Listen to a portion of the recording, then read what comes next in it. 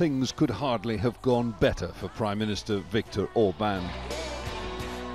The queues of voters that stretched long and late into the night were not a sign of an opposition fightback, as some had hoped. Instead, the ruling Fidesz Party picked up strong support in rural areas, cementing another big majority win and a third consecutive term for Mr. Orban.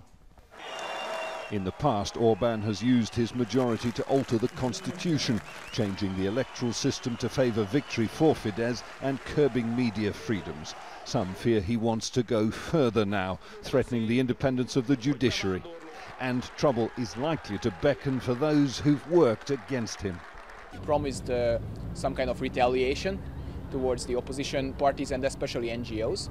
I think what we'll see is a continued attack on these NGOs, especially left-wing and liberal NGOs that operate in Hungary. And I think that will be the first reaction after the results, because they will blame these NGOs for the high turnout in liberal centres.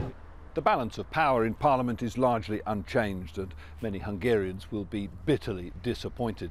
According to the opinion polls, there is probably a majority of people who oppose Orban and his brand of populist right-wing nationalism amplified by xenophobia and even anti-Semitism.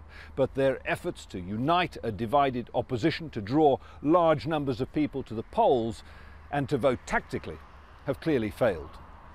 These are worrying times, not just for liberal-minded Hungarians concerned about this country's pariah status in Europe, but for the leaders of the EU as well, who seem powerless to do anything about it. Jonah, Al Jazeera, Budapest.